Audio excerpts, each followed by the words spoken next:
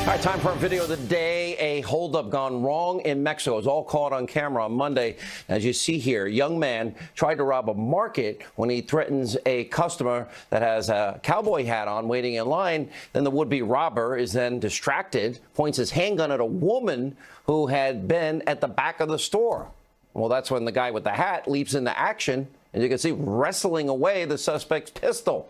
Now, the fight moves off camera, and it looks like the suspect is about to get away when a store employee catches him moments before escaping. According to local reports, the suspect was, in fact, taken into police custody. I love heroes. I love people that stand up and risk their lives. Remember those guys in the ball field when Steve Scalise was shot, that shooting? Remember those officers walked in, had pistols. All right, we'll always be fair and balanced. We're not the Destroy Trump media. Let not your heart be troubled, because she's got a big full hour up next. Hi. Hi, Hannity. You had a good show tonight. I watched some of it. I thought it was really, really good. Were you drinking? You've never given me a compliment before. Well, do three gin and tonics count, or is that a food group? No, it was a great show. I'm just teasing. All right. Hannity, have a good show. Thanks so much. And thanks, Sean. And good evening from Washington. I'm Laura Ingraham. This is the Ingraham Angle. We do have a big show for you tonight. We're going to reveal powerful forces here in America that is keeping that illegal immigrant caravan at our border from falling apart. It was actually being disbanded. What happened? And why do we allow individual lower court judges to upend our border security, our sovereignty, and the president's constitutional authority? I'll offer my solution in tonight's Angle. Plus, the high cost of socialized medicine. Little Alfie Evans' parents have been trying to liberate the 2-year-old from a UK hospital. Why won't they let him go? And Kanye West blows up the internet supporting Trump, while the left goes into a volcanic meltdown. We'll get into it all in our Seen and Unseen segment with Raymond Arroyo. And the media are furiously trying to spin a GOP congressional victory in an off-year special election as a loss for Trump. We'll expose their real agenda. And another untested social experiment is underway as girls begin joining the Boy Scouts. But at what cost? An Eagle Scout responds. But first, the tyranny of the judiciary. That's the focus of tonight's Angle. Yesterday, a federal district court judge in D.C., John D. Bates, overturned President Trump's decision to end the DACA program. The judge was appointed by George W. Bush, ruled that Trump's action was arbitrary and capricious because the Department of Homeland Security failed adequately to explain its conclusion that the program was unlawful. Well, this judge ordered the administration to continue to accept new DACA applicants, but he's delaying the implementation for 90 days so that the Trump folks can rewrite their basis for ending DACA. Now, if this ruling stands, it could actually mean the tripling of the number of illegals ultimately protected by this Obama-era program. DACA would then be open to an additional 1.2 million more people, according to an analysis by the Migration Policy Institute. And that's on top of the nearly 700,000 already protected by the program. The very idea that one unelected district court judge could have this type of power should outrage every American. I don't think any serious legal scholar really thinks that President Obama had the constitutional authority to wave his noble hand and grant 700,000 young people de facto citizenship. I mean, remember, he gave them the right to work here without fear of any deportation, all by this executive action. And remember, when the Democrats had the majority in Congress, they failed to pass broad-based amnesty. So Obama, through his Homeland Security Secretary Janet Napolitano, decided he was going to do it on his own. And this was done despite the misgivings of his own Justice Department. But nevertheless, Obama pushed it as far as he could. The bill hasn't really changed. The need hasn't changed.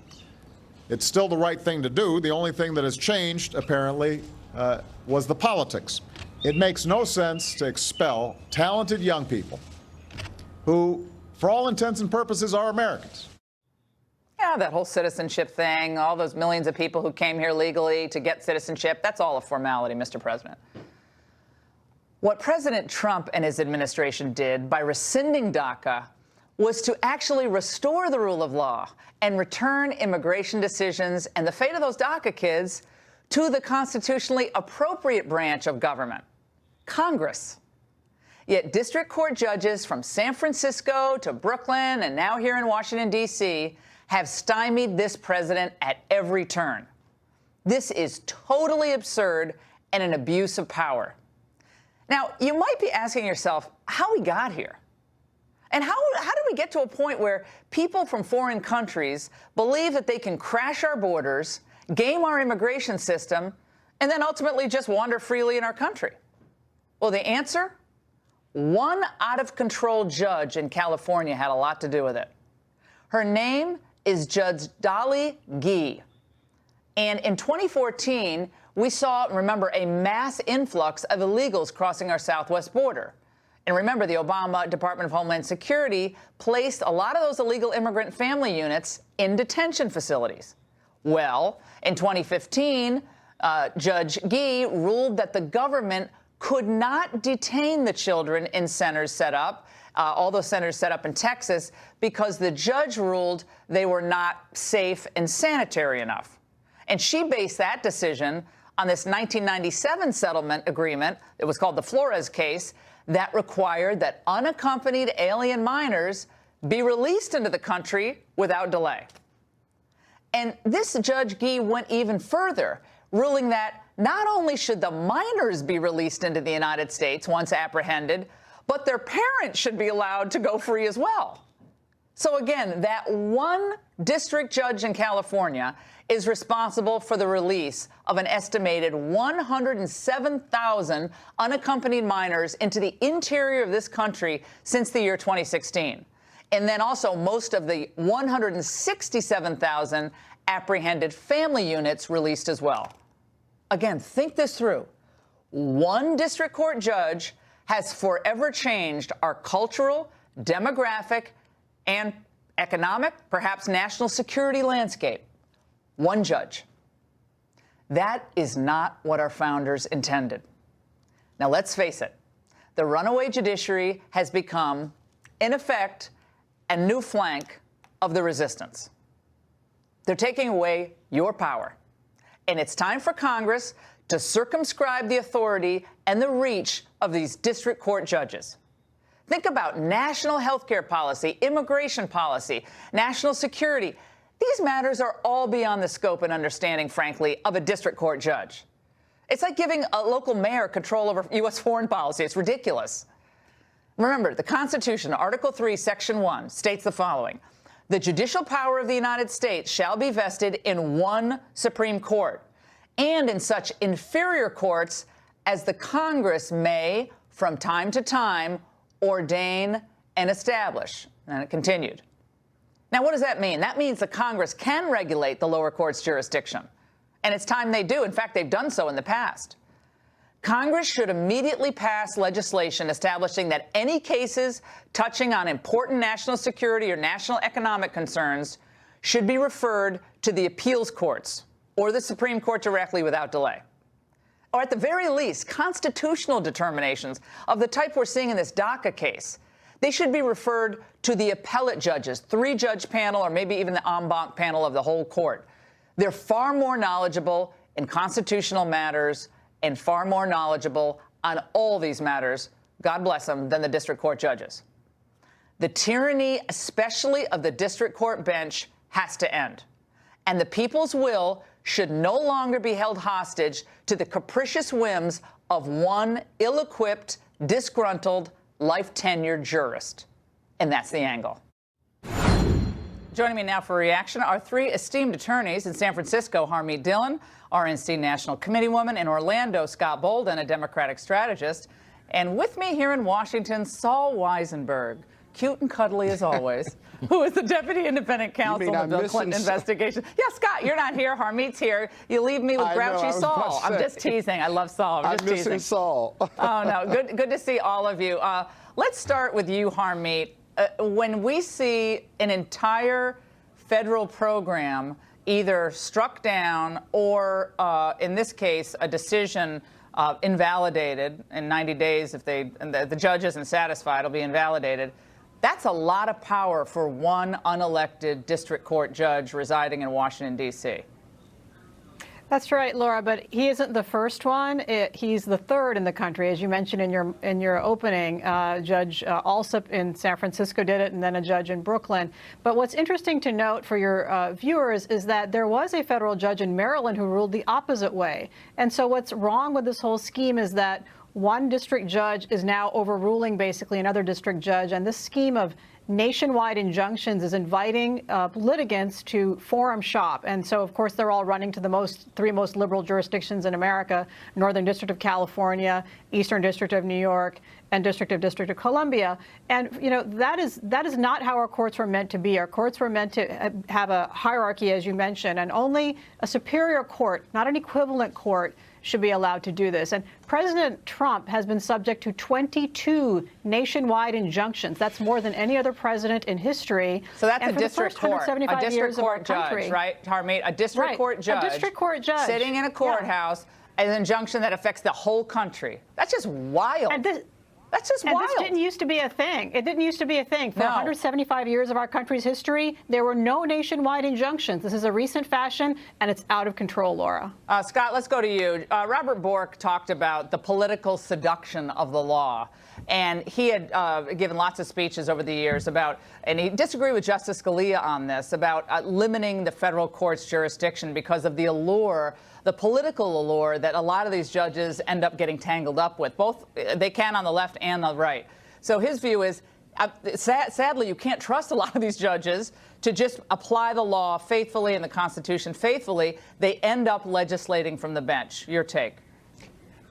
My take is, I don't know what you all are talking about. There are three branches of government. There's no federal district judge that overrules another federal district judge. The checks and balances of the Constitution, which, Laura, in your angle, you want to just change because you disagree with the positions taken by these judges. Thank you very much. You want to change it. But here's the checks and balances. The DOJ and anyone else who loses at the federal district court level, here's the thing. They can go to the Court of Appeals or the Ninth Circuit or whatever circuit. They can even go to the Supreme Court. So you don't have to stay at the federal district court level. And this idea that somehow issues of national importance or import have to go to more qualified judges. Tell me what Court of Appeals judge is more qualified than a federal district court judge. A district court judge spends most of his time or her time figuring out, the sentencing guidelines and how they apply. I clerked on the Second Circuit Court of Appeals. These are like sentencing guidelines cases, ERISA cases.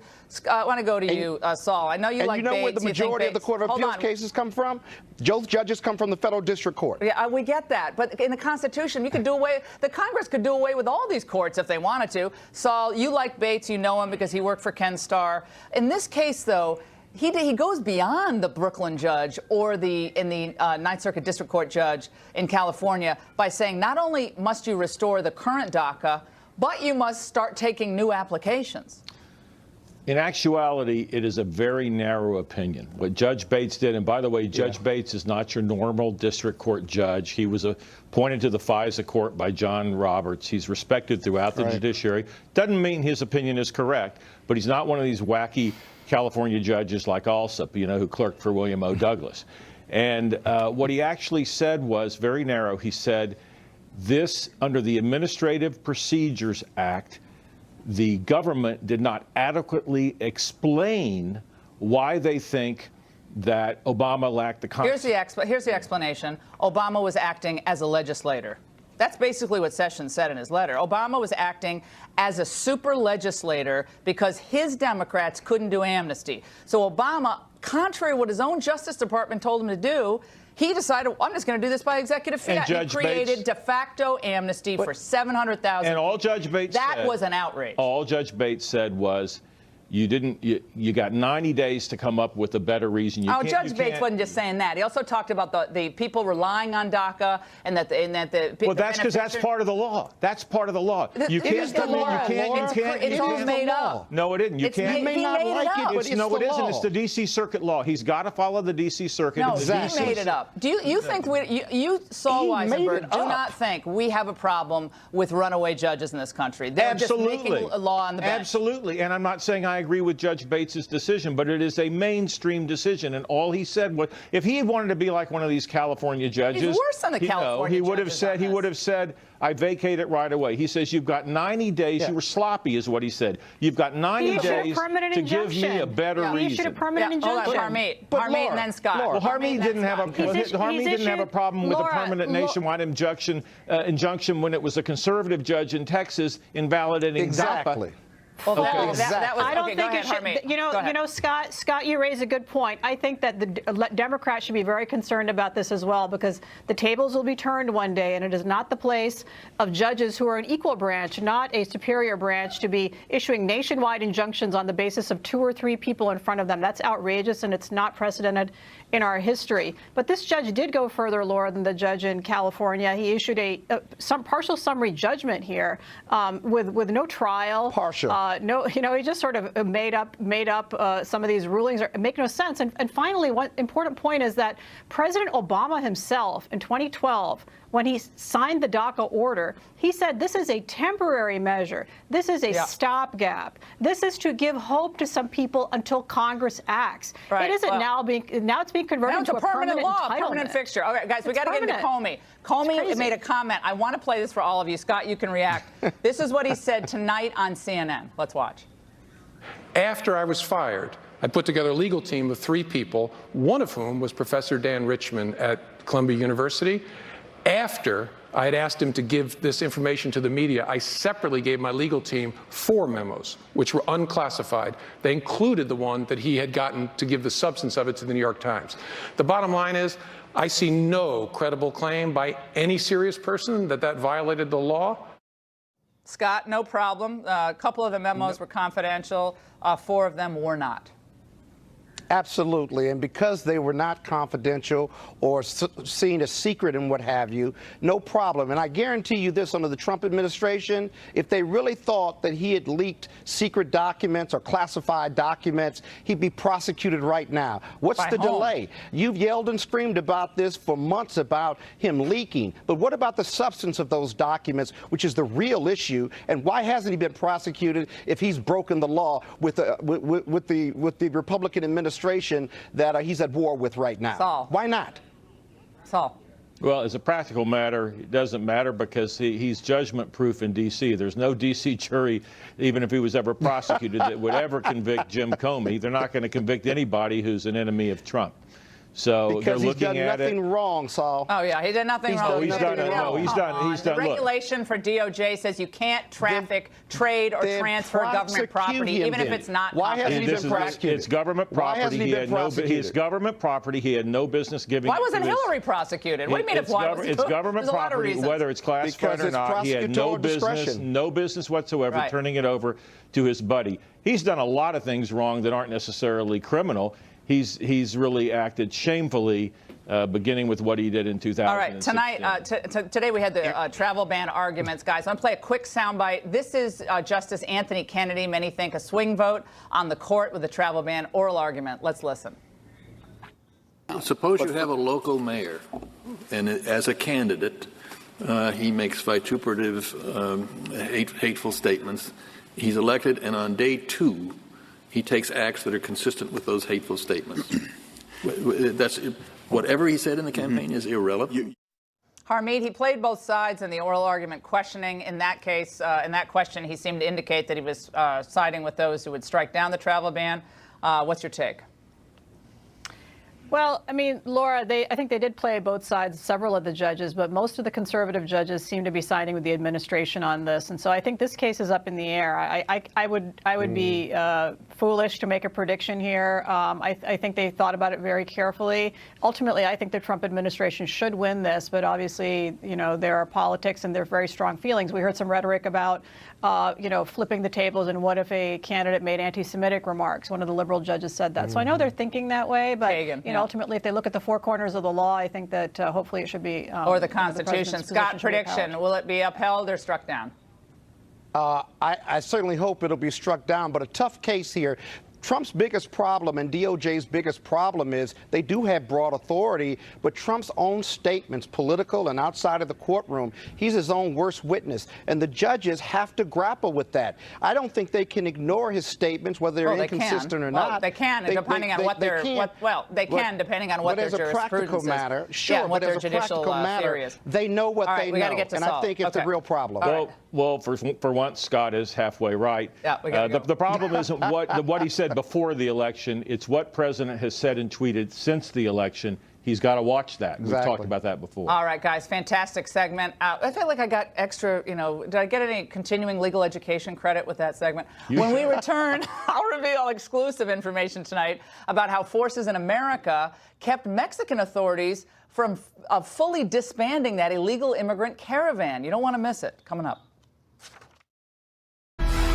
Welcome back to the Ingraham Angle. I can reveal to you exclusively tonight some blockbuster new information about that caravan of illegal immigrants arriving on our southern border. A source close to the Mexican government told me today that after Mexico had effectively disbanded the caravan and deported many of its members, there are American media outlets, including CNN, along with various NGOs in the United States, whipped up a lot of stuff that helped reconstitute the caravan and indeed recruit new members. And then it started chugging its way to Tijuana. And what happened is a narrative was created that helped, as I said, recruit new members and convince those already in the caravan to keep the party going. Well, they sold these individuals as political refugees, of course, when most are seeking asylum based on purely economic reasons because they want a better way of life. And this top source also told me that the caravan was basically finished until CNN reporters sympathetically focused on the plight almost exclusively of women and children in the caravan. Many of them coming from Honduras, telling us that they are fleeing violence, political corruption, as well as poverty, trying to make their way north. And they say it doesn't matter what President Trump says, or if President Trump sends the National Guard to the U.S.-Mexico border, they will find a way to get north. Women and children, you see that shot? Those were almost all men, just one woman. What? What else don't we know about who's in the caravan? Just last week, according to the Border Patrol, an MS-13 gang member tried to sneak into the country pretending to be an unaccompanied minor. In last week's Angle, remember, we exposed how American attorneys may try to use our lax asylum laws to force us to take in hundreds of these illegal immigrants, conducting these seminars, and so forth. For reaction, we're joined by Congressman Steve King of Iowa, member of an Immigration and Border Security Subcommittee in Congress. It's good to see you, but this is disturbing. I mean, this is just wild what's happening. You have these lawyers, including this guy who's one of the lead lawyers in this effort, Alex Mensing. He's a project coordinator for Pueblos Sin Fronteras, which is organizing this effort to help these, help the caravans. And the concern, Congressman, is that we have American lawyers and other non-governmental organizations almost working hand in glove, de facto, with media outlets to push Mexico.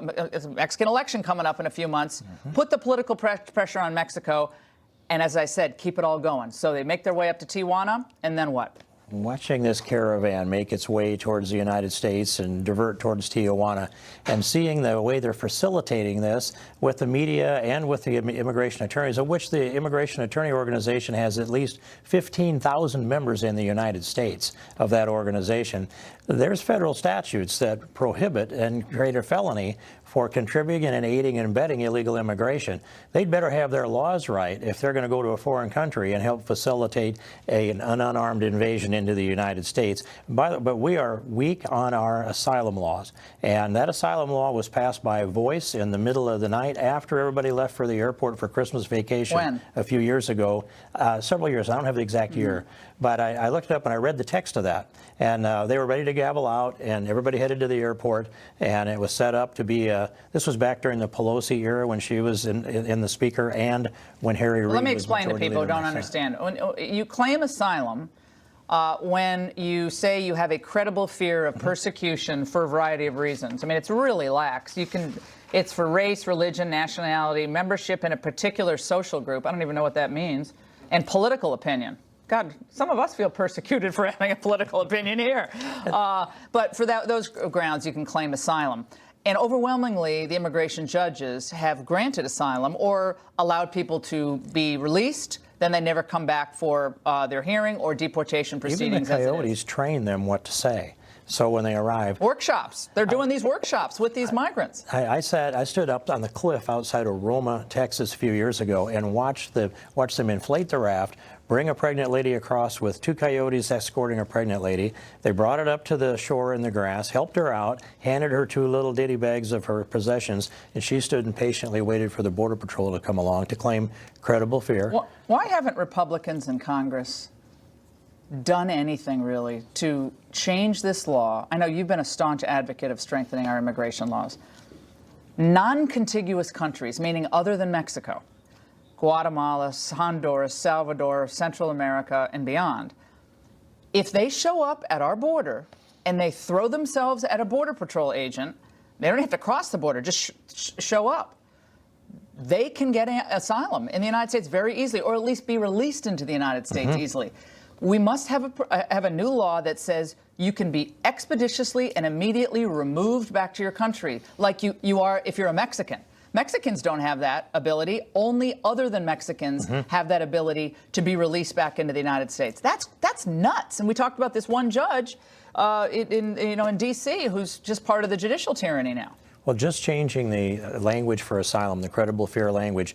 We went down and did a tour of the border last October with Chairman Bob Goodlatte and others. We went through the court system. We saw a lot of what was going on. But that simple change is written into the Davis-Oliver Act. It's got a lot of enforcement provisions in it. Well, where is this act, Davis? This act is it's looking for a way to come to the floor and be debated. Okay, so Paul Ryan, he's not going to bring it to the floor. It seemed to me that the votes were a little short because it's tied up in some of the Republicans insist on DACA amnesty as part of anything we do. Okay, here we go. So we go back to the amnesty. It's a tug of war. You cannot just do something that protects the American people, that protects our sovereignty, our borders, our health, our national security.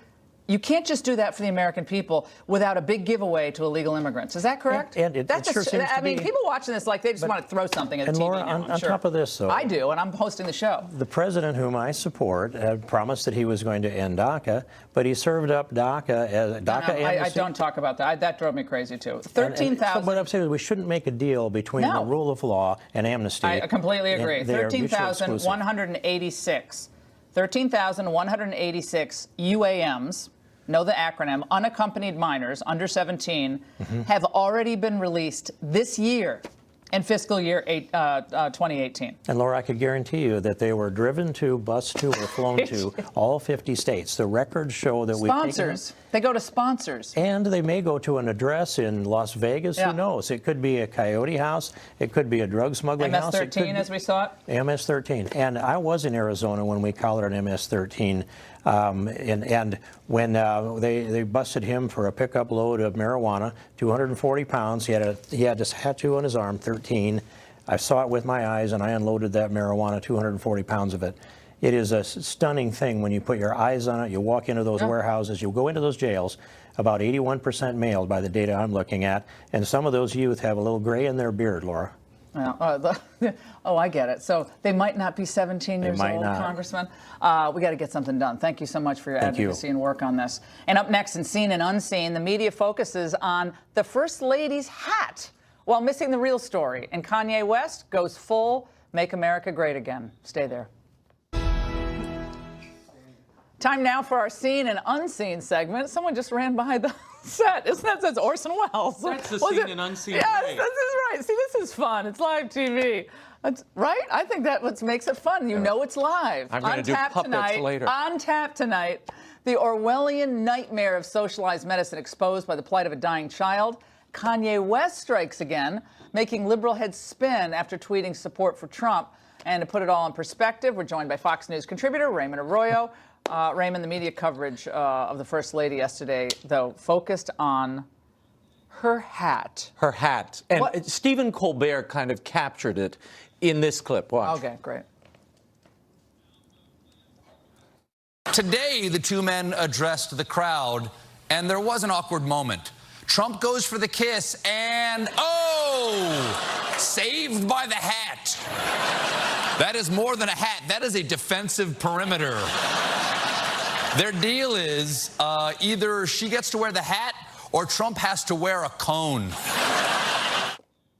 We call that the cone of shame on my dog. There was actually coverage, mainstream coverage of this idea. And the narrative is that the Trumps are distant, that they're loveless, that they don't contact. Here's the bottom line. What do they want them to do? Like make out in front of everybody? I guess. But they're depriving Melania of a really important moment. This woman yesterday pulled off. Fabulous. Michelle Obama, when she was running the White House, or Laura Bush before her, they had teams of people, oh my God, hundreds they hired to organize. Consultants, professional party planners. To do these state dinners. Desiree Rogers screwed up the whole state dinner. People snuck in. Remember that? Well, but Melania Trump did this all on her own. She assembled a team of 10 people, just her staff. No, her staff. It's her staff. She did it. She went over the protocol, the history of state dinners. All everything.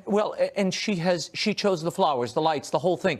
She should be given credit for that, not maligned for not grabbing the hand when it was presented. She did hold his hand. She did indeed let him kiss her. So this narrative, I'm tired of this narrative. No, they cannot give her one moment. This was an elegant, wonderful, beautiful presentation of America to France, and with a French touch and the New Orleans stuff. Oh, jambalaya and the flowers, I don't want to mention New Orleans to you. You're annoying. Boy, you're waving everybody off tonight. I know. I'm a wave. Don't wave me. Keep your hand down for this next segment. I like when we're in double boxes. It's better than being on the set. Yeah, because you don't like me next year. No, I understand. exactly. Alfie Evans. This was this is another infuriating case. Horrible. The National Health Service in Britain is preventing parents from giving medical assistance to their child. Tell us, this is so heartbreaking. This little boy came in December of 2016. He was brought to the hospital with an infection. He's been on a respirator. They said if you take the respirator out, he would die. He wouldn't be able to breathe on his own. Well, it's been out since Monday. His parents fought to keep the respirator because in. they don't want to pay the money. They don't want to spend the money. NIH, they say it's going to, the National Health Service in Britain, they look at an actuarial table and they say, it's not a human life. Does the cost exceed the quality of life? And in the case of this little baby who has a degenerative brain disease, they say he should be cut off. No more care. So the parents are fighting. They want him to have care. The father went to see the Pope last week in desperation. The Pope not only blessed his effort, he interceded. The Pope sent the head of the Bambino Gesù in Rome to Liverpool, England. She is standing there. The doctors won't meet with her. There is a medical jet waiting to take this child to Italy to get medical treatment. They won't release him. The Pope wants to take the baby and help the baby, and the National Health Service won't let the Pope and give him Italian citizenship too. They gave him Italian citizenship. This is ridiculous. They won't let him free. Now why? I'll tell you why. Because it's a shame. It would be a blight on the face of this national health care, which has become its own religion. Dehumanized. To have a citizen go elsewhere for medical care. They'd rather let the child die in the hospital, and that's so the child is suffering now because it's being denied food and hydration as well, or food? Well, they're giving it some hydration now, but let me tell you, the networks in the United States, 28 minutes of coverage to the royal birth, none to Alfie Evans. It would have been that nice is an if outrage. the Queen made some statement about that. Well, and William and Kate as well. But good news, lots of prayer services happening around the country. In New York tomorrow at noon at the UN. Also, Notre Dame today and other schools. Let's pray for a miracle here. Let's pray for a miracle. All right, now this has had the Twitter sphere going crazy. I'm just glad when it's not focused on me. That's right. Yeah, I'm glad when I'm not trending. It's a good day when it's when not I'm not focused trending. on you. But what is trending is Kanye West, who I had a problem with when he took old Taylor Swift's award out of her hand. Remember that old deal? That was Kanye, right? That was Kanye. It was Kanye at the Grammys. He is a free radical. Now he was a pal of Trump's kind of. He kind of palled around with Trump. But now he issued this tweet today, which reads, he, of course, the Make America Great hat again. But then he came out and said he loves Trump and no mob is going to dissuade him from that love. He is being attacked, as you can imagine. He must have watched our Defending the First series that we've been doing on the Ingraham Angle, because we've been defending people's right to just have different opinions. I'm of two minds on this. I'll just make this quick. You're a big hip-hop fan. I'm a big right up with Frank Sinatra's Capitol Records sessions. But here's the idea. I'm not sure if he's trying to promote his upcoming 2 albums and his line, line of clothing, or if this is truly a cry for freedom of speech and might be an opening in a community that has been monolithic. We'll see. And didn't another hip-hopper come out? Yeah, Chance the Rapper came out and said, not all black people have to be Democrats. This is an interesting day. So he's taking a chance. Taking a chance. That is so There it is. bad. There's oh, his look, tweet. Black people, yeah, good. So we'll see where this leads. If this, hopefully, this will lost a lot start a of Twitter conversation. followers. Ooh, Look, why can't there be white liberals and white conservatives and black liberals and black conservatives? Everyone has to think the same. It has to be monolithic in one race. That's diversity ridiculous. is more fun. Let's prayers for baby Alfie. Raymond, thank you so much. And you're going to want to stick around to see this next segment. The media are telling us that a congressional victory for the GOP in Arizona is actually a win for the Democrats. Isn't that cute?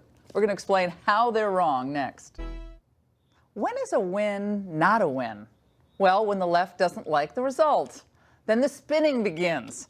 Republican Debbie Lesko won a special election for Congress in Arizona last night, but we were told that that's really bad news for the president. We saw a tremendous shift in an ancestrally Republican land, and when you put all the numbers together, it's just not good for them. If that were translated across the country, the Democrats would easily win the House, and then I think Senate seats. Members of Congress, they can sniff a wave when they see one, and there are a lot of canaries in this coal mine. There is real serious consideration that they may lose the United States Senate as well. Not only is there a wave, but Republicans are kind of running for the hills at this point. Running for the hills. Joining us now to analyze the analysts are former Secret Service agent Dan Bongino in Florida, and in New York, Chris Hahn, a Democrat and a former aide to Senate Minority Leader Chuck Schumer. Okay, Chris, let's start with you. Look, I think both sides do this at times. When Obama wins big in a district, and then there's an election, and the Republican or the Democrat only wins by 7, then Republicans might say something. But this is kind of a weird deal because it's a special election. It's not a regularly scheduled election, so it's always going to be fairly low voter turnout. So I think the Democrats were kind of hyping this a little much. Well, look, I think that the swing here was significant mostly because of the demographics of that district. Let me just explain. The average age of the voter there is 60 years old. And that is a voter that tends to be reliably Republican.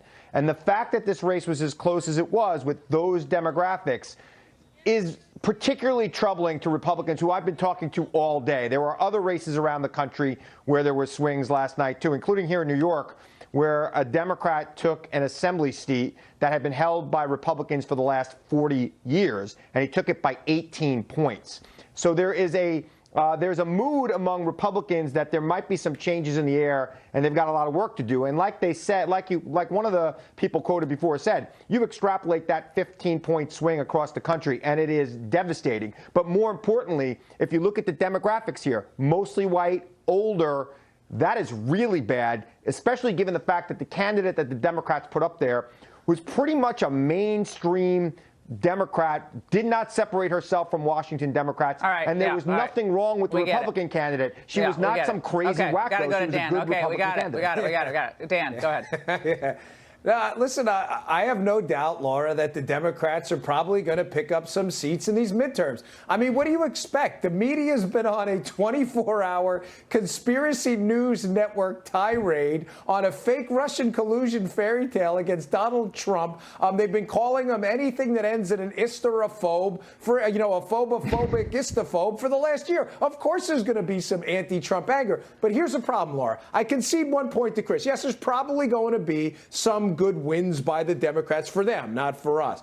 But if this turns out to be a blue puddle rather than a blue tidal wave, they're in a lot of trouble. Why, Laura? Because they're solely invested in impeachment, and they can't do it without taking the House. You know what, guys? Another point I think we should think about is Congress itself and Republicans in Congress have not done enough to enact the president's agenda. I think that's part of the kind of, if Republicans are kind of dispirited, it's not because of the economy. The economy is doing really well. They're dispirited because the Republicans aren't getting it done. They didn't repeal Obamacare.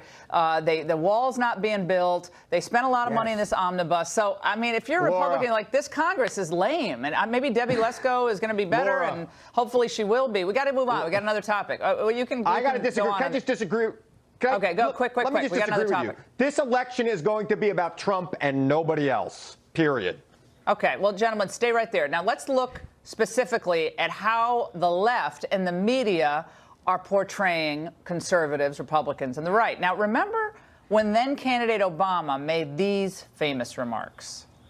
It's not surprising, then, that they get bitter. They cling to guns or religion or antipathy towards people who aren't like them. Or when Hillary said this about Trump voters. You could put half of Trump supporters into what I call the basket of deplorables. Right? Bitter clinger, deplorables, and now CNN's Jim Acosta is in trouble for saying this about Trump supporters. People around the country don't know it's an act. They're not in on the act, and they take what he says very seriously. They don't have all their faculties in some cases. Their elevator might not hit all floors. My concern is that that a journalist is going to be hurt one of these days. Somebody's going to get hurt. After a backlash, Acosta denied today that he was referring to Trump supporters and even mocking mental illness. Now, what's really going on here? Chris, I'll get to you on this. He really is echoing the refrain of the elites. They're dumb, they're troglodytes, they drive, around, they go around in Ford F-150s, they got the gun rack on top. And I wrote a book years ago called Power to the People. It was all about how the elites look down on the regular working class people of this country. That's how they lost the last election. That's how they lost in 2010, and they made fun of the Tea Party. And they haven't learned anything. And Acosta is just a member of that crowd. It doesn't surprise me at all. All I could say is, wow. I don't know when CNN became a safe space for conservatives. I'm sorry if their snowflake tendencies were disrupted by what he said. But look, I am a liberal who goes on Fox News. I have been called a lot worse than that. That's why we love you. I have no sympathy for any of it. No, but we don't call, but I don't call all Democrats mental or they don't have all. I mean, that was wild. That's a reporter. That's not a commentator. You're an analyst / commentator. He's supposed to be a reporter calling balls and strikes. At least that's what we're led to believe. But Dan, hold on. I got to get Dan on this. He has been a rabid anti-Trump reporter for CNN, which I think is one of the reasons why CNN, again, God bless them, I've lost so many viewers over the years, because it's there's no reporters, they're all opinion makers. I have to say, Laura, for as much as I like Chris off the air, on the air, we love to rip each other's throats out. And this is how I know that we're winning a little bit in the culture war on the right. Chris has actually co-opted one of our terms, snowflakes, to describe us. This is how I know we're fighting back and winning, that it really bothers Chris. Now, here's what Chris knows, Laura, that he's not telling you. And I know this. Chris knows his party has zero agenda. Here's their agenda. Give us your money. Give us your health care. And by the way, send your kids to a bunch of crappy schools. No school choice. They have no agenda. So Chris is married exclusively to identity politics, deplorable politics. And to do that, you have to come in like the savior. Look, we're going to come in. We're going to save the minority community, the Muslim community, females. We're going to save you from those rapacious Republicans. That's what's going on. They have nothing else. Go ahead, Chris. Dan, look, we're not married to any of that. We're not married to impeachment. I think that it doesn't even matter what the Democrats care about. This election is going to be about Donald Trump. But Chris, you're making his point. Dan. Yeah, but hold on. I agree, Chris. Chris is making your point. I think it's almost like the Democrats have given up on offering solutions or ideas, proposals to raise the standard of living for the average American. Like all you guys, hold on. But what I'm telling you, what I see, I've been around Washington for far too long. There's a lot of you're a xenophobe, you're anti-immigrant, you're anti-black, you're anti-LGBT, you're anti, Bob Mueller, impeachment, Bob Mueller, racist. I mean, that's what it is. Where are the proposals about raising standard of living for average Americans? There are no proposals. Laura, there's tons of those. Really? There's tons of those proposals. You said they're running on Trump. Look, that's all they're running on. Hold on.